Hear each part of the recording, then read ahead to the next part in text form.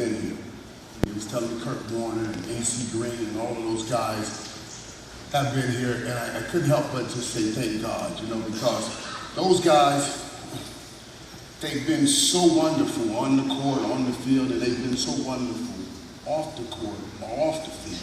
I mean, just primary people, and I haven't been that, and the thought that God would put me up here in the same place that He put them, it was overwhelming, and as he was praying about it, I just thanked Him for it, and I thank God. I just thank God that I'm here. Yeah, so thank you guys for having me. Yeah. I'm going to jump in just because we've only got so much time. All right, here we go. All right, so I don't know that everybody knows this about your story, but you're at Miami. You guys win a national championship there. You get drafted in the first round to go to the Dallas Cowboys, but they aren't the Dallas Cowboys that we think of. They were the no boys at the time. Tell us what it's like to get drafted into a team that's just like at the cellar of football at the time. Well, especially coming from the University of Miami and from high school, as far as that goes, I won a championship in high school and had an undefeated season there, and then got into college at the University of Miami and won. I played 3 years there, graduated. Back in the day, you had to graduate to leave. Now, you can do 2 years and say, I'm going to the pros. You can go. But back in the day, you had to, I graduated as a junior, and I'd only lost 3 games in my whole career at the University of Miami. And got to Dallas. And it was America's team. Man, we lost everything. First year we went 1-15, and I was literally crying after every game because I wasn't used to losing. I mean, I'm not talking about crying, I'm talking about the tears running down my face crying. So and all the guys, what was amazing to me, there were a bunch of guys coming by and saying, "Oh, don't worry about it, Michael, don't worry about it. We'll pick up the check on Tuesday." I'm like, "Oh, we'll pick up the check about winning this football game," So we were not the Dallas Cowboys. 1-15, 3-13, and we were very, very slim, tough years. But the pieces kind of come together. You guys end up with Troy Aikman. You guys end up with Emmitt Smith and you. What was it like playing with those guys? It's interesting, and as I look through the journey, we always would like to think it's something that our great talent brought about, but I do believe everything is ordained, and we all started coming. I came first in Troy, and then ended. We started bringing in other guys, Daryl Johnson, Jay Novacek, and Deion Sanders, and what's amazing was, as we started bringing in guys and becoming more of a football family, we started getting closer and closer. And then people started getting saved one after another. And I mean, all of us now, as you look around, all of us are saved, and we are all out talking and speaking. And we used to joke about it, like, man, we've all come together, man, we're winning Super Bowls. And then once guys started getting saved, you said, "Man, you think God's doing something else here?" Like I go and speak at Jay's church. Jay may come and go to church with me, or Emmitt and I go and speak somewhere, or Deion and I'm like, wow. It really is amazing, especially I think for men, because when you look across, we don't speak. We don't know how to speak. When it comes to sharing our emotions, and honestly, 80% of the suicides in this country are men because we implode. We don't know how to talk. That's why it's so important for us to have a sanctuary, a place to come and share, allow ourselves to be weak where God can cover us and make us strong, because we implode. And have those kind of guys to be able to go around and speak to guys, because men, the only time we can take it is if it comes clouded and crowded on the football. That's why you got guys like me here, because that's a good man. Now the ladies, you guys are right where you need to be. We need you. That's why the Bible says you're good. Help get us in here so we can help us meet the things that God has called us to be, and we need that help. We need that help. So it's a great thing to play such a game of football that men will open up to, and then to come back and be able to talk about God, because I know that's the way of getting. to get spiritual to the men. Yeah. So I want to go off that a second because I asked you, I said, all right, so what was your best moment? What was your greatest moment? And instead of saying, hey, it was this catch against the 49ers or, it was this amazing moment in the Super Bowl, you said instead it was a moment when you looked in the locker room and realized these men were becoming kind of a band of brothers. You were becoming a team together. So tell us about that a little bit. It's always, as you look back, and it was so strange. Back in my college days, Coach Johnson used to bring us together on Thursday nights before we played a Saturday game, and he used to always talk to us about where you think you will be 10 years from now. What do you think will be the most important thing to you? And we would always talk about, we playing football, this, and I'm going to be doing that. And he said it will be the relationships. And as I went through life here, and we started winning, things started going well, and I'll never forget, after that first Super Bowl, coming back in the locker room and sitting around and looking. And it was because of the journey that we traveled. It didn't start out great. As a matter of fact, it started out as horribly as it could start out. But we stuck to it. We believed, we had faith, and it all worked out. So coming back in that locker room after that first Super Bowl, Pastor, and sitting around saying, wow, this is what hard work, this is what sticking together and believing can accomplish. It really teaches you how to stick to the path when you have a journey to travel. And in life, we all have our journeys. We all have our journeys. God has put each of us on a journey to our own divine purpose, and figuring out that divine purpose is a journey. So it was so telling for me. It was great for me. I think that's a remarkable moment for a guy like you who's got so much skill, so much talent.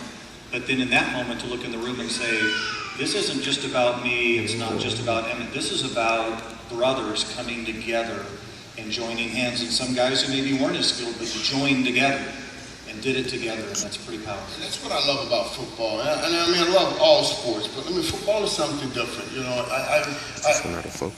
I've watched LeBron James just recently take the ball from one rim and go all the way to the other all by himself. Or in baseball, a guy sits at home, plays, slaps at home run all by himself. In golf, guys on the 18th and drops that putt all by himself. In the game of football, like in life or like in business, like God has called us, we don't do anything all by yourself. It takes the working with other people. So you have to mind who you are, mind what you are, because you work as part of a body, part of a whole. And that's why I really enjoy the game. Yeah. So tell me about, you guys are the Dallas Cowboys and winning like crazy. Who's the team that when you saw them on the schedule, you knew that was going to be a dogfight? You knew that team was going to bring it and play you hard as anybody. Well, it was funny when you're playing the Dallas Cowboys, any team in your division, it was going to be a battle. First of all, they're sick and tired of you being called America's team. Right. And they're going to be yeah. So, we understood every week you got to go in here, and they're going to be ready to play because, the media makes it, America's team, and it's called the helmet, and we even had a hole, we still have the hole in our roofs, we say, so God can see his team. All you do is make everybody mad. All it does is make everybody mad, right? And then I got to go run across the middle and catch some passes. Trying to take my head off and instead of, America's team, I'll take that. Trying to make some things happen. So, there were always battles, but on the same token, on the other hand, that's what brought us closer together. That's what kept us closer together because we knew each week, especially in the division, in Philadelphia, Washington, and at the time, it was Arizona because Arizona was in our division. I can't tell you how many battles I've had with Aeneas Williams, who's a great brother in Christ himself. Yeah. You guys end up winning the Super Bowl. What's that like when you've worked that hard, you've played, you've come from so far? What's that like when you finally win that thing? Man, Pastor, it was far beyond anything I thought, because I think all kids grow up in their yard saying, oh, playing, catching the ball. And say, oh, 15 seconds left in the Super Bowl. Touchdown, my boy. You know, as a little kid, I did it. And then I actually did it as a big kid, you know, which is pretty interesting. And, you know, and I was one of the guys growing up, you know, I'm one of 17, I got 16 brothers and sisters, right? One of 17, and my mom at an early age said, you know, God has his hand on you, baby. You won't get away with things. She'd always say to me, you know, God has need of you. He told me he has need of you, and you're gonna always, baby, get caught in everything you do. He has you on a short leash. I got caught in everything. Everything. I was a little kid, we were throwing rocks, and somebody's brother would go, like they right on my door. So the first time, I'll never forget it. Because I was like, everybody think I'm never going to be anything. Wait a minute. And so when I scored my first touchdown in that first Super Bowl, I showed everybody. Cause I thought everybody in the world saw it. Everybody knocked on the door and told my mom I wasn't going to be anything. They saw that, right? They saw that. That's what. So it was. My knees buckled. It was just such a moment for me. So you brought it up, Michael. We know your journey wasn't a straight-on journey. You did some stuff that you probably should never have been involved in. Bad decisions. Yeah. Bad decisions. And that's taken a whole other path. So many times we come in and say, you know, I made a mistake, you know. A mistake and a bad decision are two different things. I made a bad decision. And that's just the reality of it. And you were telling me as we were talking, you said, Lynn, I had this ability to, when it was football time, to be a football player and put all that stuff aside, and then a switch would flip, and then I would just go party and do all the other crazy. Tell us a little bit about how living like that. Well, you know, all of my career, you know, I'm monomaniacal when it comes to playing the game of football. It was all like, I loved it. It leveled me, if I can call it. I remember going to school when I was just young kids, and they just started busing us away from the neighborhoods at the time, so I went a little ways away, and I remember going in kindergarten, first grade and second grade. When I first got to kindergarten, I remember the teacher would ask, raise your hand if you know how to spell your name, and every kid knew how to spell his name, but I came from the ghettos of Fort Lauderdale, but I didn't know how to spell my name. I didn't know any colors. All we had was Miss Doris, who was the lady down the street. She would just come and sit us in front of the TV and watch Miss Susie Lusick and all the stories. So I knew the stories when I got to kindergarten, but I didn't know anything about any colors. So for the first few years, I thought I was the dumbest kid in the world. I felt just so inferior to everybody walking around the school, you know, and then they got me a tutor. And I remember the tutor bringing the football in, and the tutor started tossing. He said, get done quickly, we can toss the football. And he started tossing the football, and I was like, oh, this is it. This is what I want to be. You know, this is who I am. This is who I am, because it made me feel important. When he threw it and I caught it, he said, oh my God, you didn't catch anything, man. You're special. That's all I needed to hear, because in my own head I had been inferior for years. So someone said I was special, and that was it. I attached to football, and football was the key to everything. Now, I went on and graduated, you know, as a junior from the University of Miami, and I got in the pros, and I always playing football, wanted to take care of my mom, and then now I'm in the pros, and it's almost like, okay, a little bit of the burden has been lifted. And Coach Johnson would say after the season, he said, hey, you guys have been working hard. Just go and get away. Get away, don't think about any football, go have a good time. And I went and had a good time. And you know, it's just people would always ask, well, how did it get out of control? How did you get lost in it? So I don't think, no one intended to get lost. You go and have a good time and you think you're in control.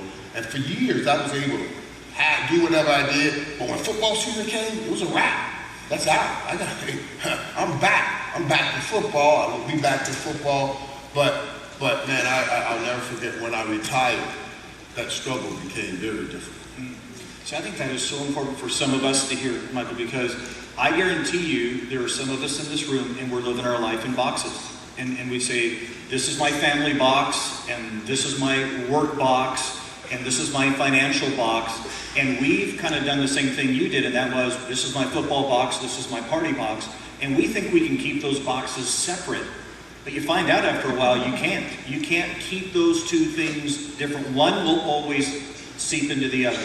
And it's why the Bible says, be ye careful not to connect with people that you are unequally yoked. Because one or the two, you're going to pull in, you're going to pull, the person's going to pull you down, and you'll have to pull the person up, but it's going to struggle. And that's basically what would happen. The whole while during the season, I'm out with football guys. Well, in off season, I'm like, hey, let's get away from football. That's what Coach says. Let's go. And I'm away from the football guys, and I'm doing it. And I'm with other people that are doing other things, man. And I tell you, Pastor, for a guy that prided himself on control, working out, I went to outwork everybody. There was no hell like losing control. Like not being in control of yourself. And it's a tough spot to be doing things you don't want to do, but do them anyway, and especially for a man who believes I gotta make control. I thank God for my wife during those times, because my own mind, how we are as men, I started making excuses in the sense of, all my life I've been taking care of everybody, and one time I'm out, I got in trouble, man, and I'm talking about I got in some real trouble. Everybody. These helicopters are flying over my house right now. I gotta come home. They just caught me doing some stuff, and it's on the news. And I know, oh my God, whole drive home, I'm like, what did you do? What's going on? What are you gonna tell your wife when you walk in the door? What are you going to say?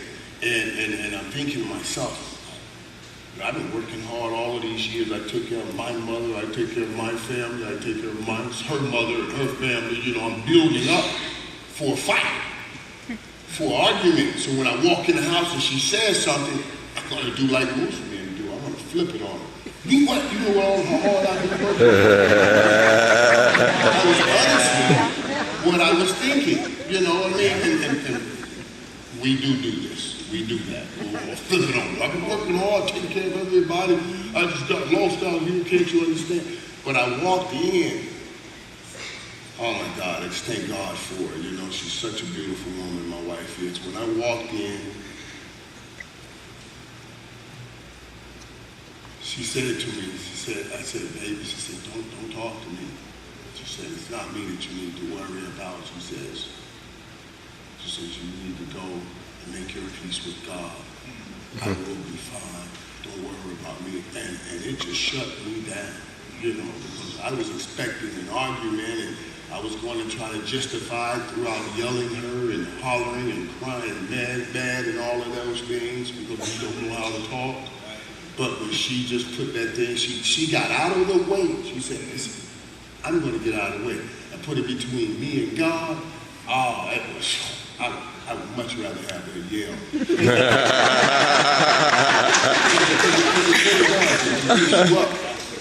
To look at what God has blessed you with, look at how she's handling this, and what are you doing? So I think, again, Mike, I think that's a great moment because it would have been so easy for her, because she was hurt, to come in and go after you. And the wisdom on her part to get out of the way and say, okay, Michael, this is you and God, because it's hard to have a yelling match with God, right? It's hard to say this isn't me with God. It's the worst argument in the world.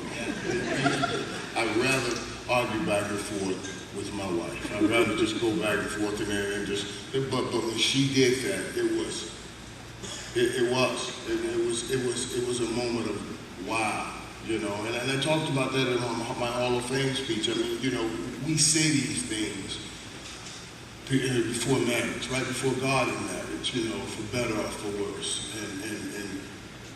And we all enjoy the for better, but very rarely do we stick around for the for worse. And I thank God that she obeyed her commitment to God. Certainly I wasn't obeying mine. Right. And she obeyed hers and stayed right there. Tell us about, now God's kind of getting a hold of you. Tell us about this journey where you're finally getting serious about God. You know, and let me tell you, I'm so afraid of where I am now. And just afraid because it's uncharted waters, and God has been doing wonderful things around me, but He's always done wonderful things around me. But the things He's doing in me, it's mind-boggling. You know, I've been just coming out and having an opportunity to share with people, you know, and I've been coming out and sharing. Really started doing it probably back in '07 when it was around the Hall of Fame time. And I found it interesting then to win the Hall of Fame in '07, and I would go and speak in a spiritual setting where I could share my weakness and it's received, or my struggles or my downfalls, and it's received in a redemptive way and used as healing with others. And then I would go share in a secular setting. Now, in the secular setting, when I shared the same story, they would say, oh, this is why he shouldn't go in the Hall of Fame. In the spiritual setting, they would say, this is why he should go in the Hall of Fame. And it was just so eye-opening to me, you know, just to see the different places and the different people. And I tell you, I gravitate towards that is spiritual. You know, and I just thank God for where He has me. I really do. He right here, right now. Listen, I work with Kurt Warner. I know the kind of guy Kurt Warner is. I get to travel with guys like Daryl Green. These are guys that, I mean, from what all I know and all I've seen, these guys have been just pristine in their walk, you know, just doing wonderful things. And I get to go and speak with them. And now, I always speak after these guys because I have to say to any crowd that we're speaking to, let me say now to you, if you can do it the way those guys did it, that is the way to go. Do everything the right way. But if you happen to slip and stumble, I want to tell you about a God who will give you mercy. You know. Yeah.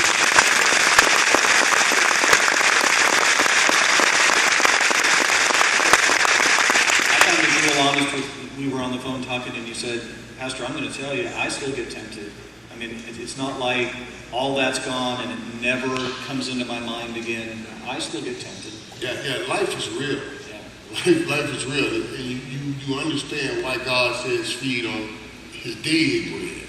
Because yesterday's bread was yesterday's bread. You know, you better get up and crank up and get ready for today's battle. And it is a battle. Each and every day it is a battle. I mean, for all of us, it really is. You know, I try to guard my attitude. When I get up looking, all right, let's go. What's the battle today? What's the battle today? I'm going to win again today. And you do gain strength with each victory. With each victory. Listen, it's a process. It is. All of it is a process. I would love to tell you the first time I said, God, I'm in. That's it. I'm done. That it was over. And His power lifted me up. And that was a wrap. I never thought about these things again, but that would not be the truth. And a lot of us, I think a lot of times we say that and do that because we feel we need to cover for God. God doesn't need us covering. Just share the truth. The Bible says, confess thy faults one to another and pray ye one for the other. And in this we shall find healing. Because what we do, the more and more we share, the less and less we find out that we're in it alone. That we're all going through some stage, some place, and if we share enough, we'll find out somebody else has been in it, somebody else has been there, and somebody else has come through it. And if they came through it, God will get you through it too. And I think that's very important that we share honestly and honesty with each other, especially in the house of God. Yeah. Amen. And I thank you for being honest about that, because I think this following Jesus thing is the hardest thing we ever do. I think it takes a real man, a real woman to follow Jesus Christ, especially in this culture and in all that's out there to tempt us today, to take that stand daily. That's a big deal, and it's not easy. It's not one and done. And Pastor, you're right, especially what's out there today. I mean, we look at it now, and I got kids. You know, I have kids. I get worried about my kids. And hey, I wish the best for everybody, but I remember even the days of me watching TV, you know, we had some, I had Claire Huxtable, you know, good wives on TV. So I found a good wife.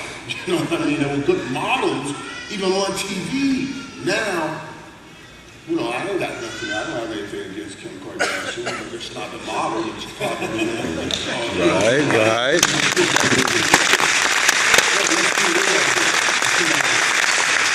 So, you know, it's just, yeah, it's different now. It's different, and there are more things out there. The music, that's all it talks about, are the things that are not good and spiritual. So we have to guard against it. All right, help us with this, Michael, this last question. You've done stuff.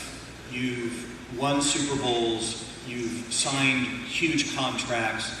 You've had the women. You've done the drugs. I mean, some of the stuff that some of us in this room still think we want to accomplish in life, the fame, the fortune.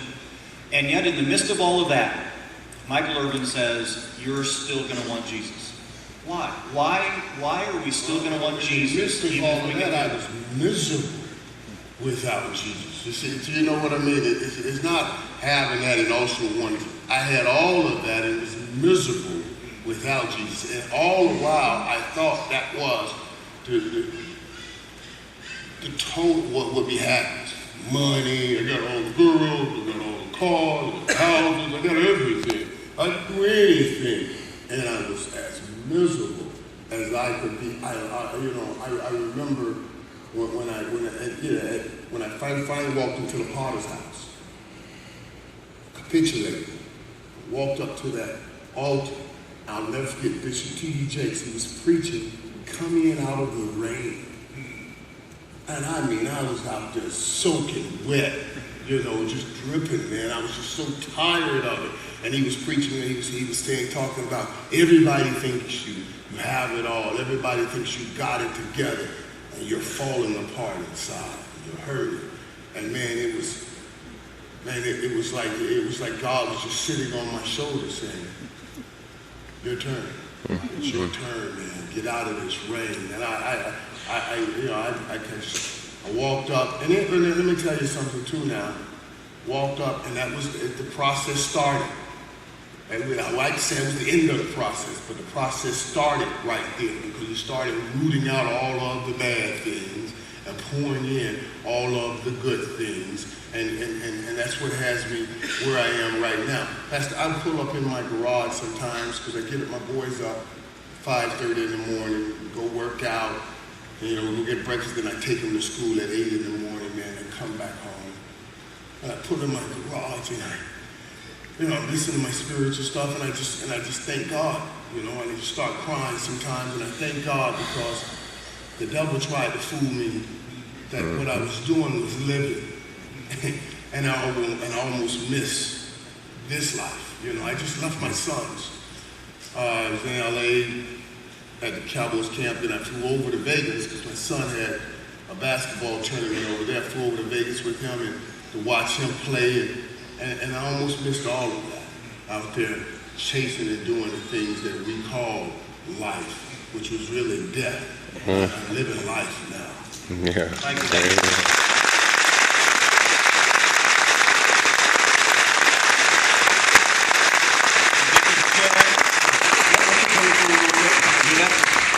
Will you guys just stand with me for a second? I want to pray for Michael this morning. Dear Heavenly Father, thank you for this man. And God, we thank you that his life is a story of second chances and of redemption. And God, I'm just praying that you would do even greater things with his life than you've already done. And that your glory would shine through him. And that scores and scores of people would suddenly realize the need for God in their lives because of Michael's testimony and his story. And this we pray in Jesus' name. Amen. Amen.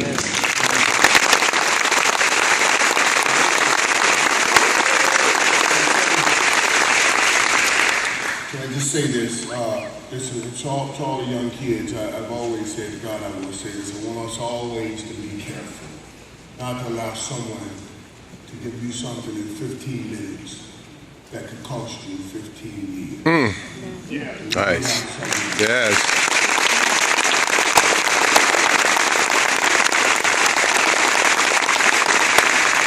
And to the rest of us, think it's important that we understand this is a journey. And wherever you are, it's okay because you're here right now. And wherever you are, I promise you, if you stay here, God will get you to where you need to be. Nice. And ultimately, I think as men, what we want is to be able, when it's all said and done, we want God, we want our families, we want our loved ones to look at us and say, job well done, job well done. And sticking to the journey will get those words uttered in our ears. So guys, thank you for showing up, man. Thank you for being here. Thank you for coming, Mike.